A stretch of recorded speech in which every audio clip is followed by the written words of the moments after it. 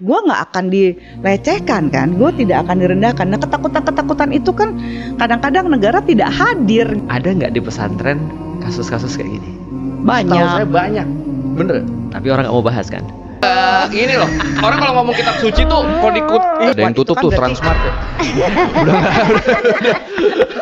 Trauma pada anak-anak tuh kenapa relatif lebih kejam, saya bilang gitu, karena setiap orang yang mencintai si anak itu bisa terkena secondary trauma. Yang masih muncul berapa? Apa? Yang masih muncul berapa? Yang masih muncul? Muncul semua kok. Muncul semua. Muncul semua kok. Sudah tidak ada yang di private. Oke, udah sempat nggak ada lagi. takut-takut Oh kan. iya iya, bagus. Setelah nggak di private malah naik jadi 3,5 juta. Sama beliau. Epic sekali. Iya, padahal sempat di private kayak 2 bulan gitu loh itu video. Kenapa? Adalah isu-isu dunia yang ini yang mengerikan. Gitu. Kayak kita private gaul dulu deh. gue. Ya, ada. Cuma nggak usah disebut di sini jangan. lah. Oh, iya, udah. siap. Nah, jadi gue tuh kenapa mengundang Ustadz Felix Oke. dan akhirnya Mizoy awalnya saya tuh mendapati kalau kemarin kan ngelihat angka transgender di Asia katanya by World Population Review. Iya. Dari 10 besar, 5-nya tuh negara Islam atau mayoritas Islam. Oh ya? Iya. Gua yang lu kasih kemarin ya, gue lihat Iya, ya. ada 5-nya tuh negara Islam atau mayoritas Islam. Kan kayak lo. Kan dia kan Iya. agak kocak kan. Iya. Tuh, pertama Filipina, kedua Thailand. Ternyata Thailand yang kita sangka banyak kalah sama Filipina. Iya. Jauh lagi. Filipina lebih banyak. Filipina 239 ribu. Thailand 62 ribu. Bawahnya Pakistan. Jauh amat. Ya, makanya jauh. Nah, tapi bawahnya langsung Pakistan, Iya. Indonesia, Malaysia. Bangladesh, Iran. Indonesia nomor berapa? Nomor 4. di bawah Pakistan. Nah, tadinya mau bahas ini sama Ustadz Felix doang waktu itu chatan sama Doi. Terus kayak kita bahas nih, menarik nih soalnya nih, kok Islam yang sebenarnya paling keras kan sama transgender kok justru pada tinggi-tinggi. Terus setelah gue pikir Mizoy, kayak sekalian ajak Mizoy deh, soalnya kan kalau Doi kan tahu dari keilmuannya juga kan, jadi ada sudut pandang yang mungkin kita tidak mengerti. Iya. Begitu. Tapi Akhirnya- sebelumnya aku pengen coba klarifikasi dulu. Ini Asia Tenggara doang. Enggak, Asia. Asia. Oh, Asia. Makanya kan doang. ada Bangladesh, ada Oke. Nepal. Sebenarnya kalau ini ya, Gede dong. ini di awal gue juga mau ngingetin nih, ada beberapa yang denial kayak bilang, itu mah datanya dirancang sama negara mereka untuk menjatuhkan negara-negara Islam. ini negara mereka siapa ya? Coba kan biasanya kalau negara mereka kan udah ke negara-negara Iya. barat kan. Terus saya bilang mau ngejatuhin apa biar negara mereka terlihat lebih baik. Enggak Terlihat juga. lebih baik gimana? Orang Ngaruh kan mereka kalau acceptance. peringkat dunia rank 1 Amerika. 7%. Amerika. Populasinya 1 juta. Iya. Kedua Brazil, ketiga Filipina tadi, South Africa, Meksiko, Kanada, Nigeria, Thailand, Kongo, baru tuh Pakistan, Indonesia. Oke. Gitu. Terus ada juga yang bilang gini, tapi kalau dihitung dari kita ambil rata-rata penduduk Indonesia kan yang 200 sekian juta, hampir 300 juta itu. Di Indonesia cuma 40 ribu, jatuhnya dikit dong. Ya, dibanding Malaysia yang 24 ribu ya, dibanding penduduknya. Tapi terus ya. saya bilang, kalau kita mainnya gitu-gituan, terus lu ngerasa ini biasa Aman. aja, enggak juga. Karena di atas kita kan ada India sama Cina jumlah penduduk. Iya. India, Cina, Amerika, Indonesia kan. Amerika udah Enggak. paling tinggi. India yang sekarang paling tinggi itu peringkat 61 di dunia. Oh wow. Nah, Cina Baru nggak pula. Bala nggak ada di list ini. Di list Iya. ini sama sekali nggak ada. Entah dia peringkat berapa. Di list ini sama sekali nggak ada. Cuman kalau Cina emang wajar karena Iya. di sana kan pria Sangat keras. berpenampilan kemayu pun kayak Iya. rambut diikat tuh nggak boleh. Iya. Walaupun dia cowok ya, dia nggak Benar. ada apa ya. Tapi kalau kemayu tuh Keras. itu tidak apa-apa. Nah, ya makanya gue mau bahas fenomena ini. Kenapa di negara-negara yang mayoritas Islam atau Islam itu malah tinggi. Kalau dari sudut pandang agama dulu deh. Waduh. aku juga cukup bingung sih karena kalau kita lihat ya selama ini kan yang menjadi basic untuk kita melihat kalau aku melihat sih selalu perdebatannya antara dua ya, antara satu genetik, yang kedua lingkungan. Yang dari dulu itu perdebatannya. Dari orang-orang yang mereka sudut pandang agama, misalnya kayak aku pasti akan mendukung satu teori bahwasanya ini adalah karena perlakuan atau karena lingkungan lah, faktor-faktor lingkungan.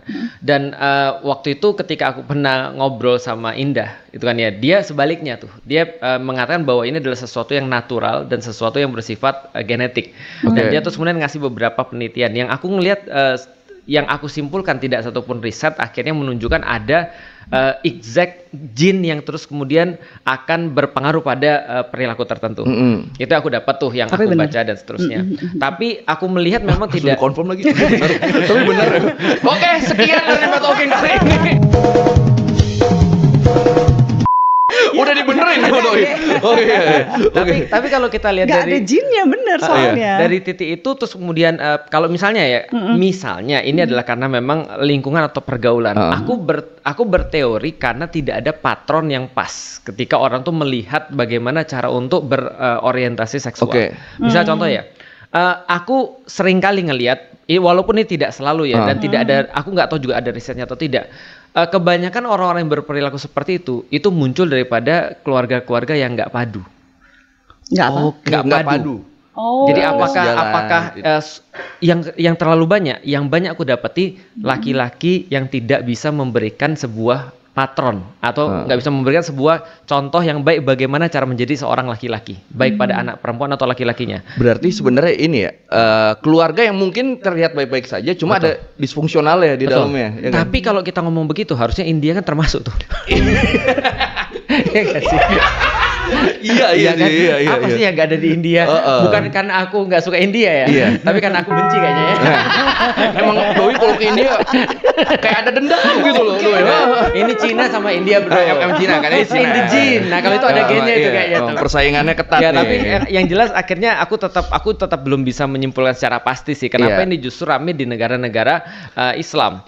Artinya kalau ini bertentangan dalam segala macam, bertentangan dari sisi agama maupun dari tidak agama. Karena coba kita lihat ya, kalau ada orang bilang bahwa Islam selama ini adalah mengekang orang, ternyata justru banyak nih yang liberal nih. Itu ya kan? Itu iya. Bahkan ada, nanti kita bahas nih, Iran tuh faktanya menarik banget. Bener. Kenapa Iran? Iran kan tadi kan masuk di list kan dia kan, ada di 10 besar Asia kan. Kan saya bingung ya. Surprisingly. Ternyata Iran tuh kalau nggak salah di tahun 1987 ada fatwa langsung dari Khomeini. Yang mengizinkan operasi kelamin. Karena lebih dulu dia daripada Thailand. Apa? Iya. Jadi gini, kalau logika di sana adalah sesama jenis kan dilarang kan. Jadi sama pemerintah bahkan disubsidi ganti kelamin. Boleh jadi. Sebagai jalan keluar agar tidak sesama jenis. Jadi beda jenis ya? Iya jadi beda kan? Kalau jadi beda jenis sih. Akhirnya gitu. Nah dari situ akhirnya jadi didorong tuh bahkan disubsidi sama pemerintah. Dinormalisasi. Iya. Terus bahkan ada dokumenternya dari Human Rights Watch tahun 2010. Kemarin gue coba nonton tuh Miss. Itu bahkan jadi pada dipaksa Miss. Yang ketahuan nih gay nih anak gue. Sama orang tua langsung. Padahal dia nggak mau. Akhirnya dipaksa. Dari itu jadi masalah sendiri kan. Padahal di Barat ini dilihat bahwa negara kayak Iran tuh adalah mengekang. Iya, tapi sebenarnya ternyata banyak fakta, gue yakin banyak orang yang nggak tahu juga nih karena kaget juga. Jadi di sana gay tidak boleh, transgender didorong oleh pemerintah. Tapi sebenarnya kalau dari seksologi kan gay sama transgender tuh dua hal yang berbeda banget. Betul. Bingung gitu maksud gue. Jadi kayak gini, sebenarnya menurut gue ya istilah LGBT aja dipolitisi. Karena kalau jadi bingung nih otak gue gini. Karena kalau kita kan punya DSM, Diagnostic Statistical Manual for Mental Disorder yang kelima TR ya sekarang. Itu adalah kayak primbon gitu ya. Jadi kitab sucinya para psikolog lah ya. Thank you karena yang ngomong Ustadz ya jangan menghujat gue. Saya pernah ngomong gitu terus diomelin sejuta orang. Lah kan memang gitu kan. Enak aja kitab suci. Mamangnya nggak pernah kenal Al-Quran. Ini loh, orang kalau ngomong kitab suci tuh kalau ditulis ada tanda kutipnya gitu loh maksudnya. Kan rujukan gitu loh maksudnya. Emang kadang terlalu harfiah orang kalau ngerap apa tuh. Kitab suci Al-Quran nggak bisa lain. Asli dimaki-maki gue cuma ngomong begitu tuh kayak. Jadi itu makanya gue bilang primbon. Itu kayak bener-bener gini kan kayak our Bible, kitab suci banget gitu ya, dimana semua diagnosa ada di situ gitu kan di seluruh dunia. Kenapa ya? Supaya kalau misalnya si Koi didiagnosa apalah cacing nangka gitu ya karena nggak bisa diem gitu ya di Timbuktu dia mungkin di belahan dunia lain juga dengan simptom-simptom yang sama pasti dia juga akan didiagnosa hal yang sama gitu. Nah di situ kalau dari sejarahnya tahun 1977 I guess dari DSM yang kedua itu mau ke DSM yang ketiga itu perubahan paling besar sepanjang sejarah kolokium psikologi dan psikiatri karena Di DSM yang kedua masih didiagnosa sebagai masih gangguan. masuk tuh hampir sama dengan siapa sih namanya, dengan transgender, gitu ya. Kenapa? Karena di situ mereka itu lebih terganggunya itu karena ketidaknyamanan terhadap pilihan orientasi seksualnya gitu, bukan orientasi seksualnya sendiri gitu. Nah, begitu dari DSM 2 masih didiagnosa gangguan gitu, bahkan penyimpangan, begitu masuk DSM 3 kan clear semua. Jadi sembuh karena di DSM 3 dikeluarin yang dimasukin gender dysphoria ya, dalam perjalanannya sekarang jadi gender dysphoria itu adalah transgender. Dan transgender itu berbeda dengan transseksual karena transgender itu adalah mereka yang merasa terlahir di tubuh yang salah gitu. Karena saya terlahir di tubuh yang salah gitu ya. Nah, tergantung nih orang tuanya terutama. Kalau dia ada kan anak yang dari kecil emang udah ngerasa dia nggak nyaman, cuma dia nggak bisa bener-bener paham kenapa ya gue yang ngerasa kayak gini ya, nggak ngerti deh gitu ya. Nah kalau kayak gitu, terus orang tuanya membantu gitu, minimal mendengarkan, terus gitu mencarikan psikolog. Tapi ya dari zaman dahulu kala juga even di Amerika sendiri yang infrastruktur dan segala macamnya itu udah oke, juga ada banyak yang nggak benar-benar didengerin kan. Nah begitu mereka sudah berproses dan jadi dewasa, nggak semua transgender ternyata mau menjadi transseksual gitu ya. Artinya mereka merubah. Jadi kalau dari alat genitalnya. Iya.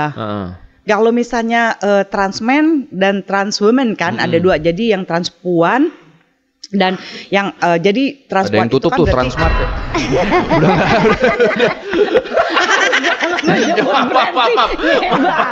Itu perubahan finansial. Iya, perubahan finansial, beda-beda. Finansial.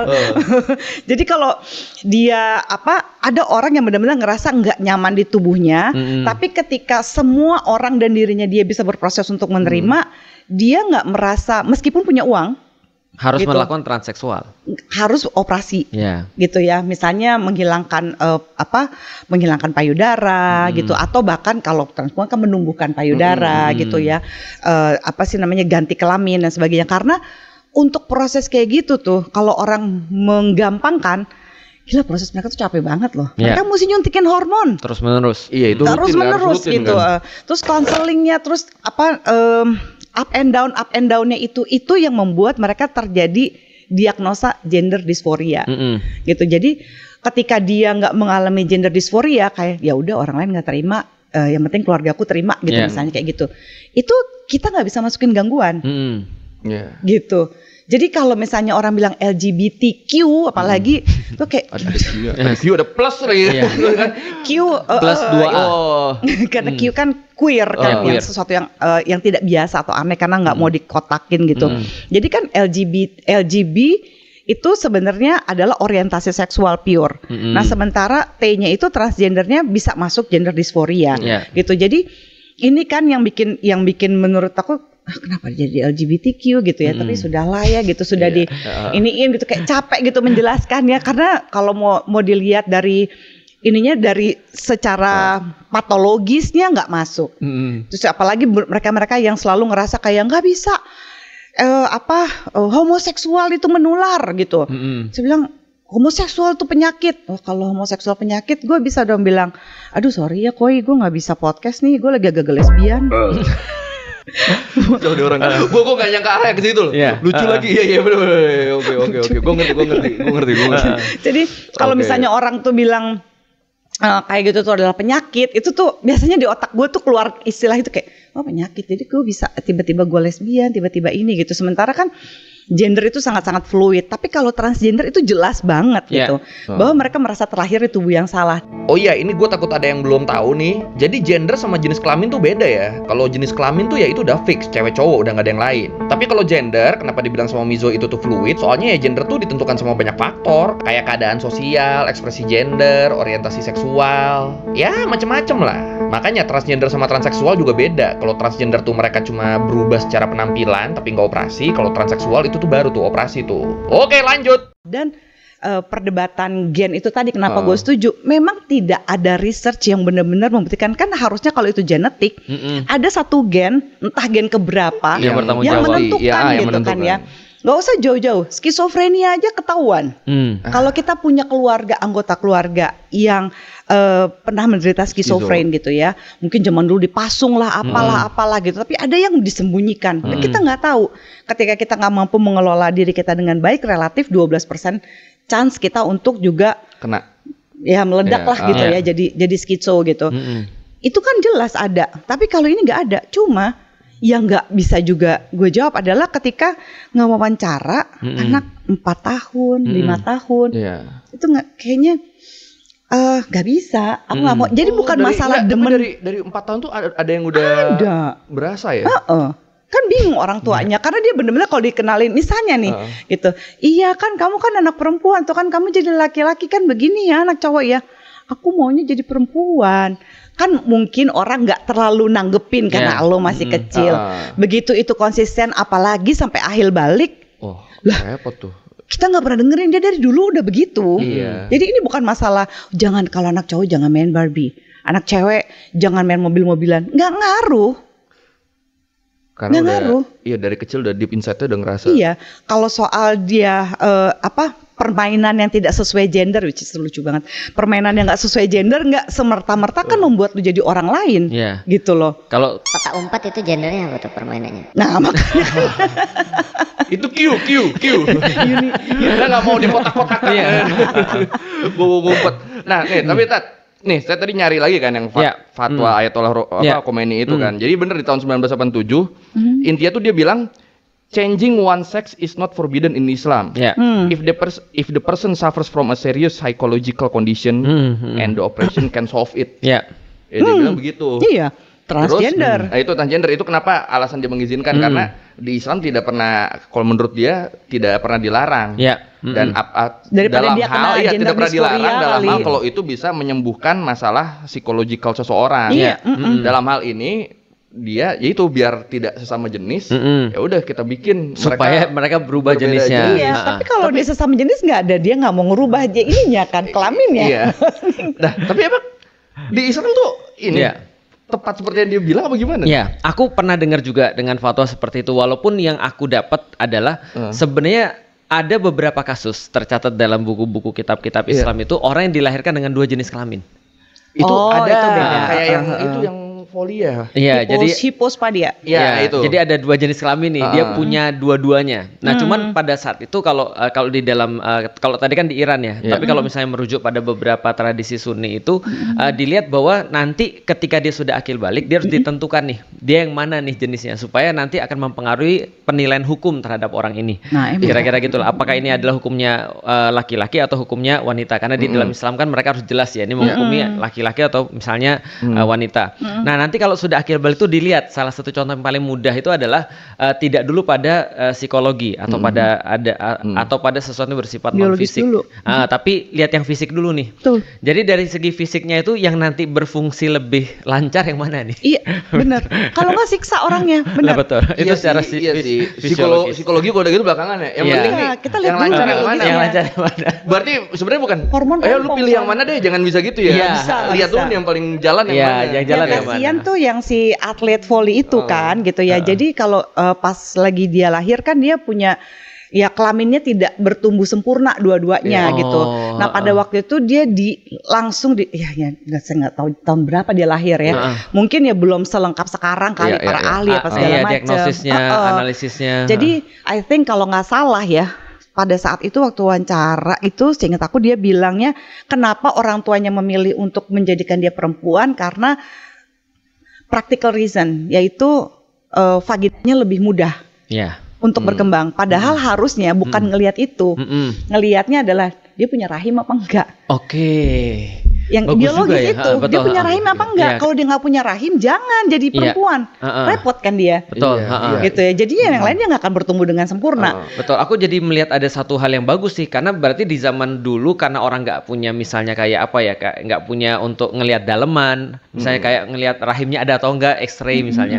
Terus mereka juga nggak punya. Terbatas biaya juga. Atau terbatas biaya, atau misalnya mereka nggak bisa analisis hormon di zaman dulu. Artinya cuma dilihat adalah fisiknya doang, kelaminnya berkembang yang yang mana. Tapi kalau sekarang kayaknya harusnya seperti itu sih. Dari hormonal, lalu kemudian fisik, lalu kemudian dilihat rahimnya itu penting banget tuh. Itu kan juga fisik juga sebenarnya poin banget. Iya, kalau misalnya dia nggak ada rahim, terus dia juga mau jadi perempuan, terus kan dia bingung, dia adalah mensnya kan hampir nggak ada gitu. Jadi dia pikir mungkin memang ada problematik kan, kita takutnya kan PCOS, kanker segala macam. Tunjukin foto Song Hye Kyo, naksir atau enggak gitu.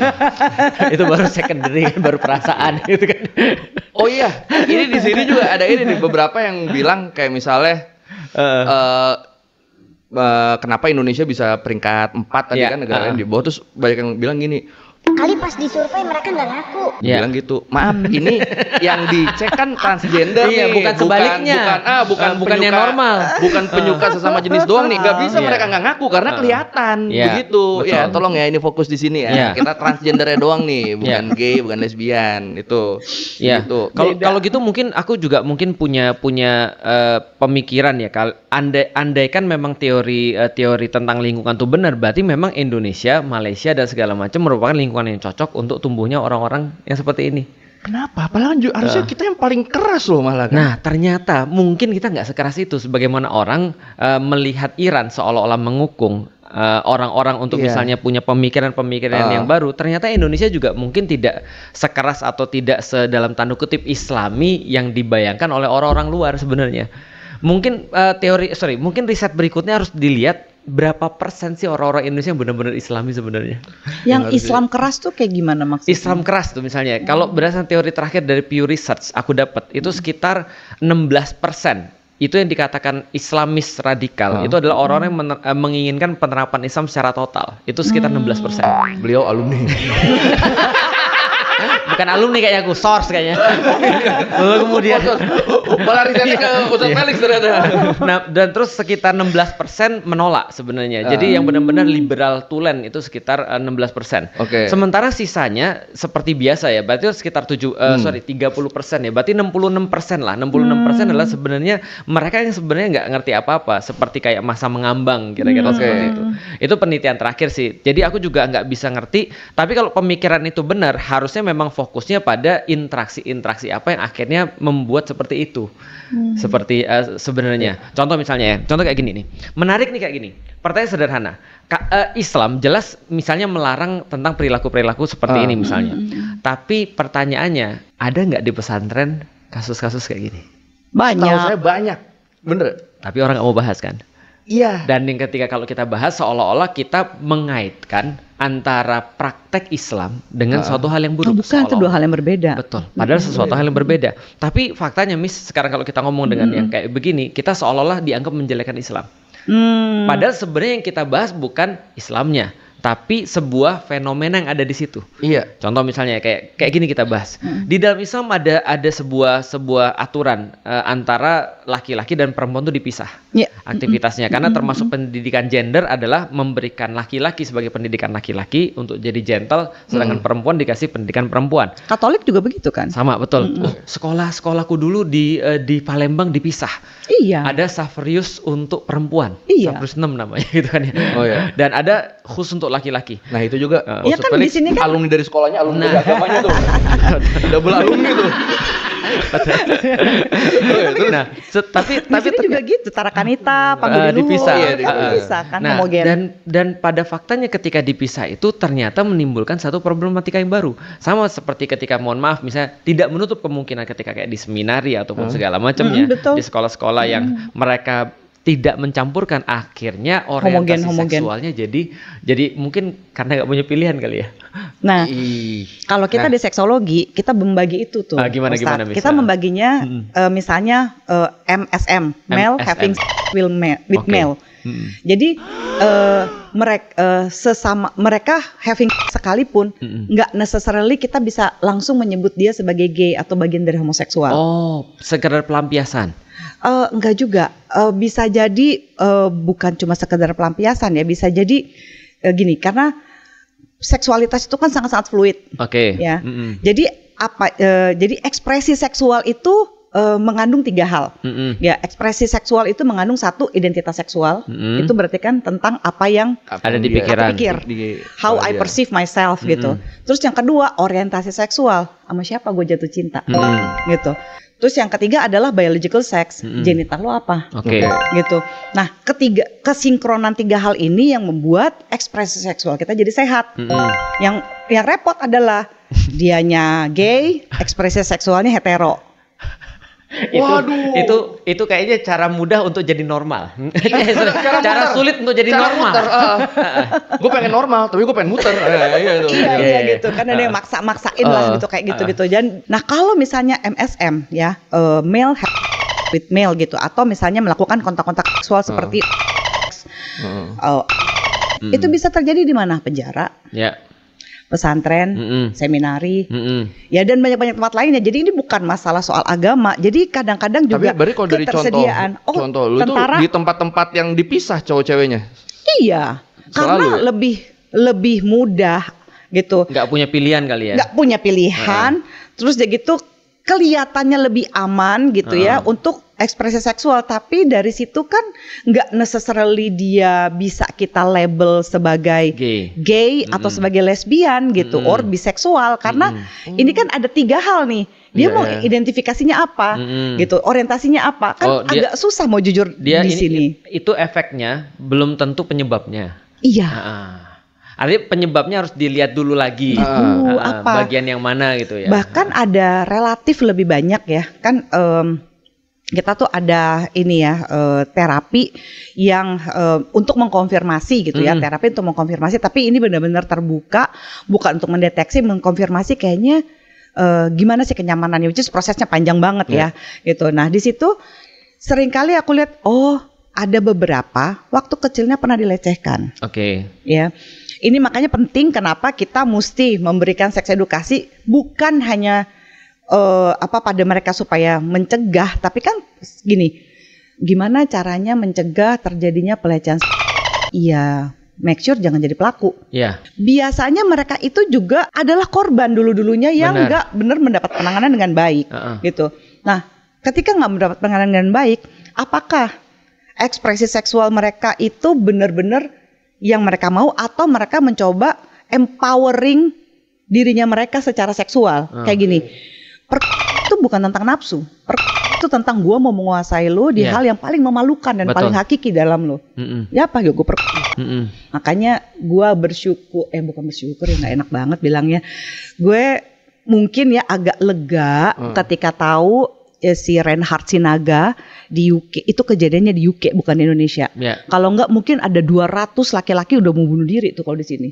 Masa lo laki diperkosa? Mana bisa lo kayak gini? Habis sudah harga dirinya. Itu happen. Gila harga ini dan mau ngelaporkan thanksin. Dan ada potensi mereka jadi pelaku doh ke depannya, karena mereka korban kalau pakai yang tadi, iya kan? Kan banyak yang shock pas lagi dikasih tahu bahwa dia korban karena ada di videonya. Dan itu kerjanya polisi, psikolog itu diem semua. Pers juga nggak boleh ngumumin sampai dia udah mau di sidang, udah selesai di sidang baru boleh diumumin. Kalau di sini baru juga kejadian berapa lama udah disebar-sebarin oleh oknum polisi, oleh oknum ini, oknum, aduh gila kasihan banget. Nah kayak gini-gini kan, apakah necessarily mereka sebenarnya pengen ekspresi seksualnya menjadi seorang homoseksual? Terus ini bukan membela ya, cuma mau ngasih tahu bahwa ada loh yang kayak gini. Jadi mau gimana ya, bukannya kita nggak bisa mendefinisikan, oh iya lo suka laki lo emang gay banget loh, oh gila lo lesbian banget loh. Nah penunjuknya ke sini, kan nggak mungkin ke sini. Oh iya juga sih. Oh iya contoh. Tapi ada gitu. Katanya ada yang bilang rasionya 1/3 itu ada referensinya nggak ya? Enggak. Kalau misalnya contoh kayak misalnya kalau satu orang misalnya melakukan itu bisa rasionya nyebarin ke 3 orang gitu. Enggak necessarily kayak begitu. Enggak harus begitu ya. Tapi memang betul kalau misalnya contoh misalnya kayak ada kekerasan apapun lah ya, kekerasan seksual ataupun pelecehan seksual, itu yang menjadi korban itu nanti akan berpotensi untuk menjadi pelaku lagi. Itu berarti ada referensinya. Ada referensinya. Gitu. Jadi researchnya itu gini, at least tapi di Amerika ya. Research di sini aku nggak tahu lagi.